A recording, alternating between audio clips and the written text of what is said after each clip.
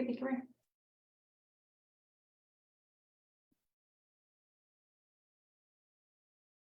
Okay, hey guys. I am really excited to get started. Really excited to be chatting with you tonight. We're going to be going over play training. I have a lot of people that are bringing home puppies, and potty training tends to be one of the most difficult things. Hey, come here, snoring. Skippy, come here. One of the most difficult things that I encounter when bringing home a dog, I always go, what was I doing? Until the dog is no longer peeing in my house and they are no longer jumping all over and biting me all the time. Those are the hardest things I feel as a puppy parent when I bring home a new dog for myself. And I know a lot of people struggle with this as well, because our lives are really disrupted because we bring home this cute little puppy and they have all these needs that we just kind of forgot about, especially if we haven't had a puppy for quite some time. The same with even a rescue. We bring them home, they've never lived in the house, and now we have to teach them. We have potty training that we have to do with them. And so what I'm going to share with you today is going to be talking about routine, adding structure and consistency into our daily life, whether we have a brand new puppy or a dog that is brand new to us. Adding in at the very beginning this structure and routine is going to make your life in the long run easier. That being said, at the very beginning, it feels really hard because you have all of this stuff that you are now having to implement into your day for success. So I am going to share my screen.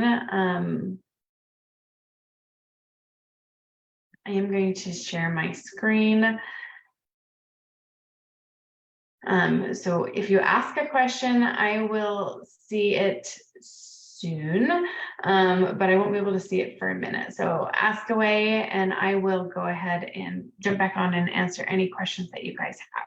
I'm just going to make sure that it does share what I need it to share.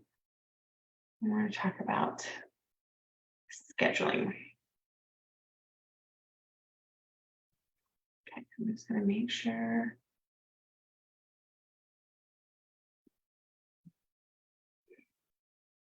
Okay, awesome, you guys. Showing me that you can see it. So one of my favorite things that needs to happen is when we're doing potty training, I will set a timer on my phone regardless of what needs to be happening. So an hour to an hour and a half, I am going to have that timer going off on my phone, and whether or not the puppy is up, if they're napping, I'm not going to worry about it, but during the day when they're up and about, I am going to go ahead and have that hour to an hour and a half of a timer set. And at that time the timer goes off, if the puppy hasn't acted like they need to go potty or anything like that, I'm going to take them outside. We maybe have those jingle bells on the door. I'm going to ring them and say, hey, let's go potty. And I'm going to take them out and I'm going to give them the opportunity to go potty. But that timer is there as a very big reminder for me, because I can get kind of lost and I'm like, oh, when did the puppy actually go out last? And when I'm not doing a set timer, that doesn't mean you're going to do it forever. Without that, I kind of forget where I was. So timer for me is so important. when we are bringing home an adult dog, your timer is going to look a lot different because bladders are fully mature at 12 weeks. So if you're bringing home a puppy at 8 weeks to 12 weeks, they're going to have more issues with holding that bladder versus a dog at 12 weeks and older. Just because we're now at 12 weeks doesn't mean that they're going to be ready to hold their pee as they're up and moving around, longer than an hour to an hour and a half for a little while. But an adult dog, you probably could start setting your timer to every 2 to 2.5 hours with that timer going where you are taking them out. During this time, we are watching for those signs that maybe they do need to go out, because I am going to take them out if they start doing those signs, regardless of what my timer says. If I take them out at 45 minutes and they pee, then I start my timer back over again and we move on from there. So that timer is so key, at least for me, because I do again forget where I'm at, what I'm doing, and then I get distracted and we have a potty accident because now it's been 2 hours since puppy's gone out. Going back, bladders mature at 12 weeks. So as we are taking our puppies out to go to the bathroom, picking them up and carrying them makes things a lot cleaner. Most of them are not going to pee on you, but if you put them down, they're not going to be able to hold it. They're going to be like, I gotta just go, and they're going to. So we'll start seeing puppies as we're potty training who will start having accidents like right at that back door. They know how that gets them out, but they maybe weren't able to get our attention and say, hey, we need to go out, and then they just can't hold it any longer. That's what I do see a lot of in the potty training world, because they're trying to let us know and they haven't been successful. So I really like to have jingle bells on my door. So I'm going to go over that really quickly, how to get them to alert us to going out. And then I'm going to go over all of this schedule with you. So again, this potty training schedule right here schedules your dog's day and gives them routine. It gives them structure. It gives them the ability to know what needs to be done. It gives you the ability to know what needs to get done with your puppy as well. So when we're first bringing those puppies home or our rescues home, right here is where you should be starting, because it's going to give you that key. I will post this in the group. It is yours to have. I'll attach this live to it, but to start structure within the home, this is where I start. And this isn't like what I do for my whole dog's life. This is probably the first 6 months, so my dog knows what to expect, what is expected of them, all these things. So like I said, this isn't forever, but it is something that gives you that structure from the get-go. I'm going to just check and make sure I don't have any questions. Okay.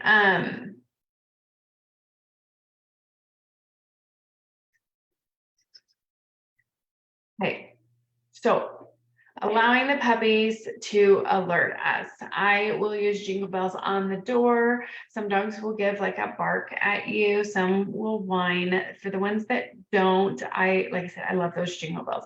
I put them on the door.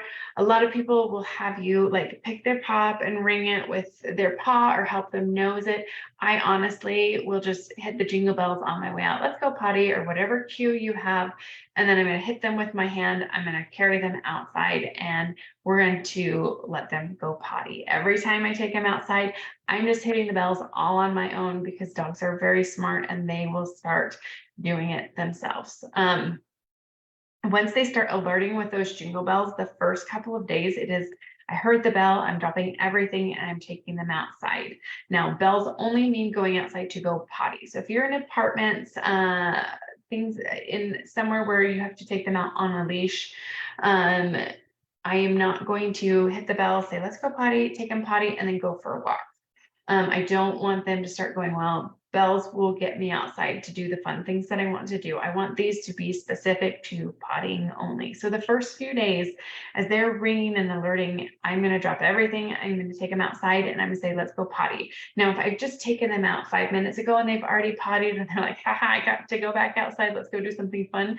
I'm only going to wait for 30 seconds to a minute, and then I'm going to take them back inside and we're going to start all over again. Some dogs will just play and play and play with them. So I will kind of just like, with my timer set. So, in an hour, I'll go pop them down so that they have the opportunity to go hit them again. But I can hang them up a little bit so that they're not just sitting there jingling the bells constantly all day long. But after a few days of dropping everything and taking them outside, I will go ahead and go, okay, my timer is running. I know they pottied 30 minutes ago, so I'm going to let them just play with those bells and ignore until we hit about 50 minutes or an hour when my timer goes off.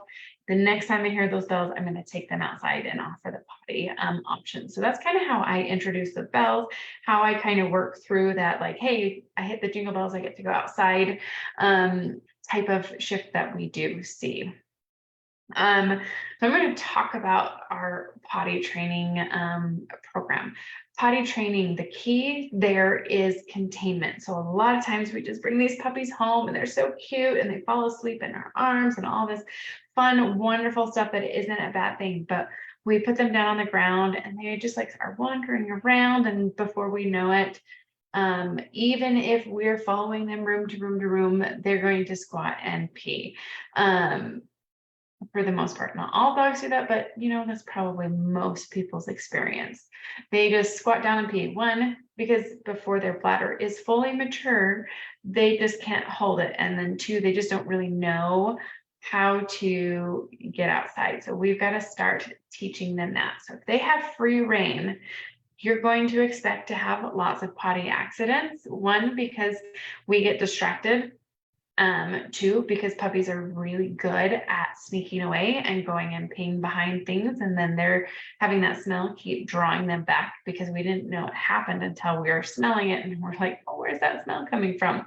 So if they have free rein, they're going to go sneak away. They're going to go get into trouble regardless of whether it's potting or not. So containment is the key to potty training success. So I've got a morning schedule, and then they get to have a nap, and then they get an afternoon schedule, and then they get to have another nap, and then we have our evening schedule. So when I am working with a puppy, this is a lot of structure. This is a lot of work for the first little bit. So the first few days that they are home, if you can be home with them so you can start working through this, it will make things move a little bit easier. I'm just going to check questions really quick. Okay, so the key here is that containment. Containment can be the puppy is tied to so that they can't sneak away. It can be tied to a doorknob. It can be inside the crate. It can be inside an X pen. But if they are not being fully supervised, they need to be attached to something else, or in their kennel.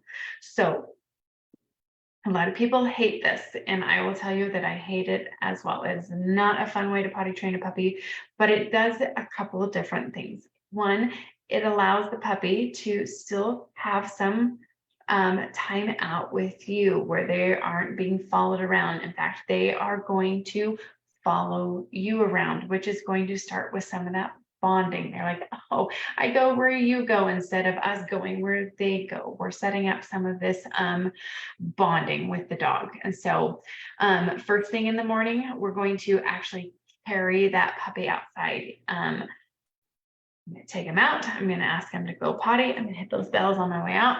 Go potty. Oh, I'm going to throw a huge puppy party. I don't need cookies. You can use cookies if you want to. Here's just the thing.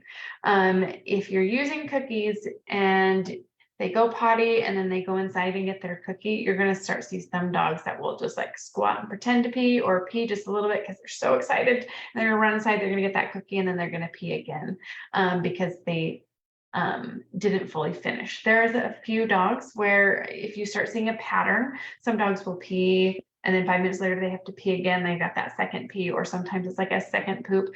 Finding out what your dog's routine is and how they kind of move through things will help, because you may know that I get a 5 minutes in between where we can play a little bit before they have to pee again, before I take them inside, so I don't get to pee inside. So we're taking them outside, then we're going to bring them in. We're going to tie this string around our waist or around a belt loop, however you want to. And then you're going to go about your business. Puppy is going to be with you. Puppy is learning to hang. They're learning to just be around with you. Now, this allows them to move with you. But again, if they start sneaking away, you're going to start feeling that tug, and you'll be like, oh, maybe we do need to take them outside to go. If they do pee while they are tied to you, you're going to shorten up that string. So we're doing our thing in the morning. Maybe I'm getting ready.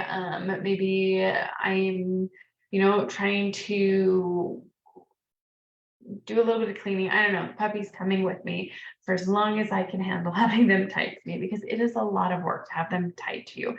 And then I will go feed them. You can feed them in the kennel, or you can tie them to a doorknob. You can put them in the X pen. We're going to feed, give them food and water, and then we're going to go right outside to go potty. I do like to have that string still tied to them. It is not necessary, but having it drag around is really helpful, because you're able to stop things from happening. If they start like running away, you go step on it. If they grab something and run, you can go step on it, go grab the thing. So the drag lines are like gold. I love drag lines on puppies and older dogs until they can be trusted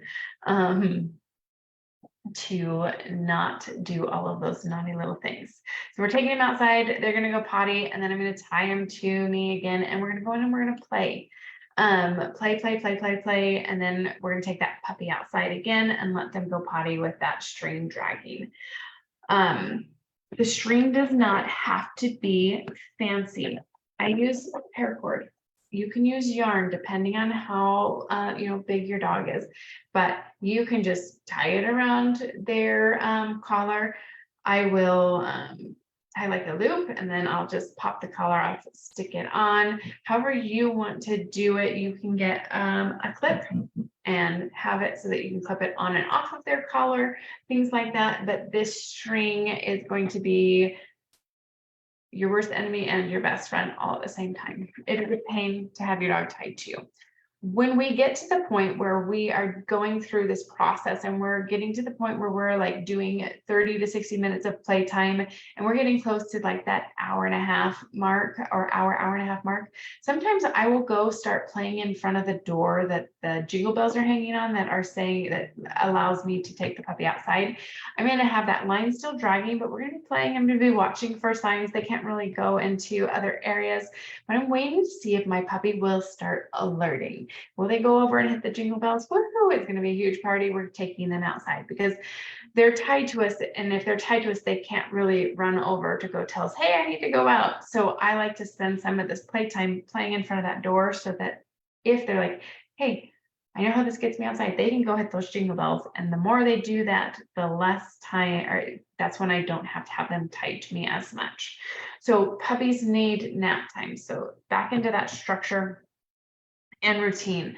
A nap time in the morning and in the afternoon, 2 to 3 hours in the kennel, is going to be important for your sanity. It's going to be important for them, because they really do need that good sleep. It is so fun to have our puppies like lay down and sleep next to us.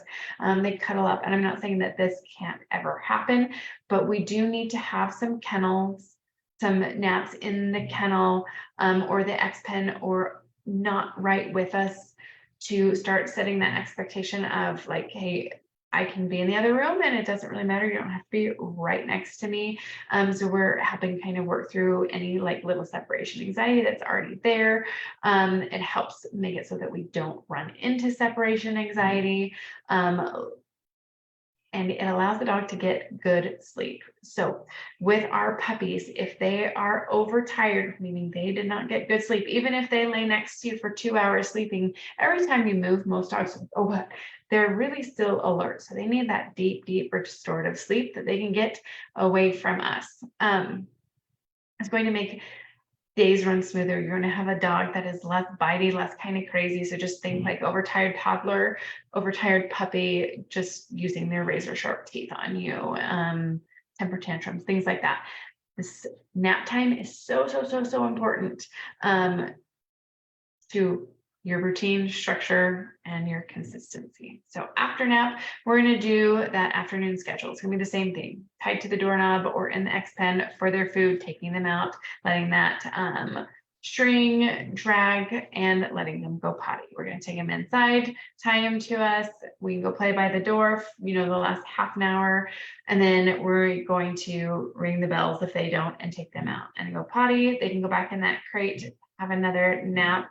And then we can go play outside where they have that string dragging. We're exploring. Maybe you take puppy to town to socialize or for a car ride or whatever it is that you want to do. Just remember, if they haven't had all 3 sets of their parvo, you need to be carrying them around so that they are not on the ground. And then you can potty the puppy when you get home or after that, and then you can crate them until dinner time. So if you, I'm watching kind of patterns with my puppy. So if kids coming home makes puppy crazy, puppy can go take a little nap until things are kind of settled. So kids coming home is kind of just crazy and exciting anyways, and adding that puppy into the mix sometimes just makes things like chaotic. Puppy can go take a nap for 45 minutes while you are getting, kids changed and snacks fed and things like that. And then once everything is kind of calmed down, bring puppy out, go potty, and then have some really nice playtime. Same with evening. We're doing that 3 times feeding. We're going to let them feed, then we're going to take them outside, let that string drag, and then they're tied to us for 30 to 60 minutes while we're waiting for that next, let's take that puppy out to go potty. Some people will put their puppies to bed, early, and then they stay up and do their thing, and then they'll take puppy out to go potty one last time before bed. So if you take them out at 10 or 11 at night before you go to bed, that is awesome. Puppies, some puppies never need to go out in the middle of the night, and some puppies do need to go out in the middle of the night a few times. It really just depends on the dogs. I'm just gonna stop that screen share because this is what I hear very often with puppy parents is they are that's not the one I wanted. They are frustrated because they are getting up multiple times a night with their puppy because they think puppy needs to go out. That's not always the case. So if you think about like a newborn or, you're working on sleep training with your baby, and I just remember like my baby would wake up and I would like get up and I'd be like, okay, it's time to feed. When in reality, my baby probably really didn't need to eat. They probably needed just a second to resettle and go right back to sleep. So as we are watching these trends with our puppy, if they're waking up at 11 o'clock every night and they really need to go to the bathroom and I will start, after 12 weeks, that's when I kind of start because their bladder is mature. I'm going to see if they'll just settle and go back to sleep. I might say hush or whatever you want to say.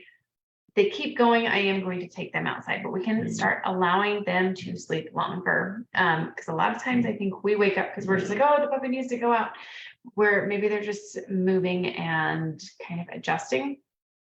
So, especially after 12 weeks, if you're still taking them out multiple times a night, we need to kind of pull back a little bit and try to give them the opportunity to maybe if they wake up, they shift. Hey, I need to go out. No, okay, I can hold it, and giving them the opportunity to go back to sleep,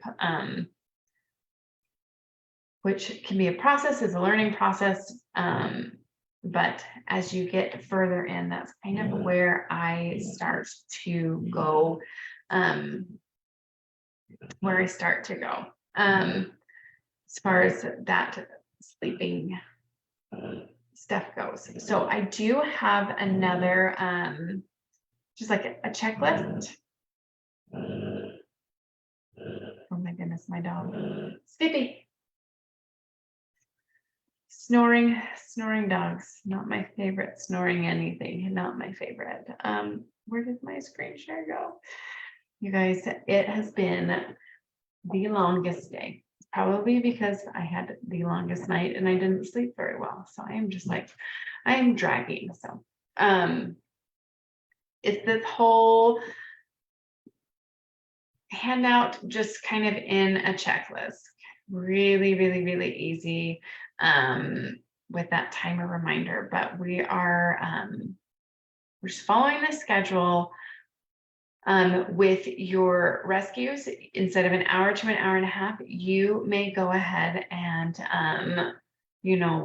set your timer for 2.5 hours, things like that. I still will give them nap times. I still will allow them to have time away from me so that we want to bond, but we also want them to be able to be okay without us there. And this time with that nap time in the kennel or in the X pen, not with us, is really, really, really important.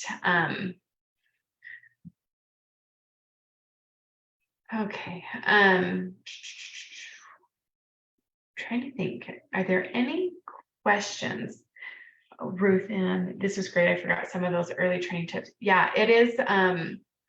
There's so much to remember, like when you bring this, when you bring your puppy home, there's just so much information, so much, all that craziness. So potty training is hard. There are some people that really luck out and they're just like, hey, my puppy always went outside. My German Shepherd I brought home was basically potty trained. She came home at 12 weeks and I don't think we really had an accident ever with her. And then Oakley, my little golden, she really struggled. I had her tied to me for months and it was a pain in the rear because she ended up having some incontinence. And so we had a medical issue that kind of made me feel a little bit better about it because she just couldn't hold it even after we got to 12 weeks and she ended up having to go on medicine. And then it was like, boom, potty trained.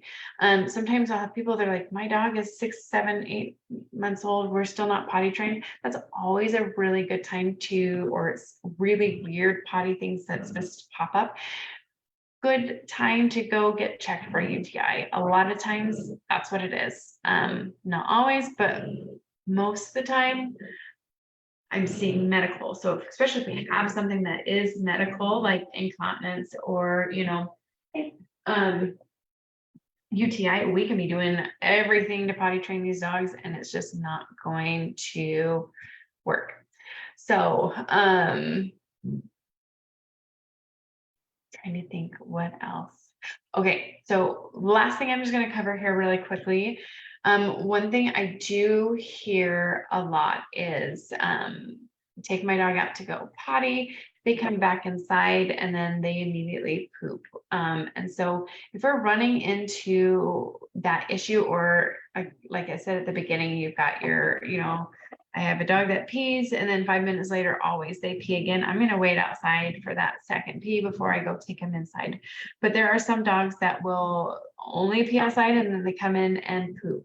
With those dogs, I'm going to take them outside. I'm going to give them 5 minutes and then they're going to go back into the kennel for 5 minutes. And then I'm going to take them right back outside. And we're going to repeat that process, 5 minutes in the kennel, 5 minutes outside, over and over and over again until they get poop outside. So I'm not just going to let them back in and let them free to go find somewhere to poop within the house. Those watching the replay, if you have questions, feel free to post them. I will answer them as I see them come in. I will post these potty training guides for you. Feel free to utilize them if you are done with that potty training stage, but you need some structure and some routine with your dogs. Feel free to take that and start utilizing it. Once they're potty trained, I don't necessarily need them tied to me. They're going to drag a string around just so I can stop behaviors. But It is still structure that I like to utilize for months with puppies as I bring them home. They're going through all these different stages. And so when we start getting into the more difficult stages, we already have this guideline. This is what's expected of you every day, puppy. You may be fighting me. You may be throwing big, big temper tantrums, but life isn't going to change because you are throwing those temper tantrums. This is still what we've been doing from the very beginning. And this is still what we're going to do, even when you're in these really hard puppy stages. 3 months is usually when we see the first one. I see another one around 8 or 9 months, and then about a year and a half. When they're just like really, really intense, and going back to, we have this routine, we have structure, you know what is expected, are really, really important and can make your life a lot easier in the long run. The very beginning, it is so much work to have a puppy tied to you. It is so much work to follow through with that structure and that routine. And as they get older, your structure and routine is going to look different, because you're not going to have them, necessarily tied to you for an hour and a half. They're going to be able to mill around with you. And some of the time they're just going to nap with you while you're working in the office, things like that. You get to kind of start making it your own, but we do definitely want at the very beginning to have that structure. So thanks for chatting with me. I will see you guys in a couple of weeks. On the 12th, I'll have another live then. If you have something you would like to chat about, let me know, and I can cover some of that stuff. I can make into a live. So I will chat with you guys later. Have a great night.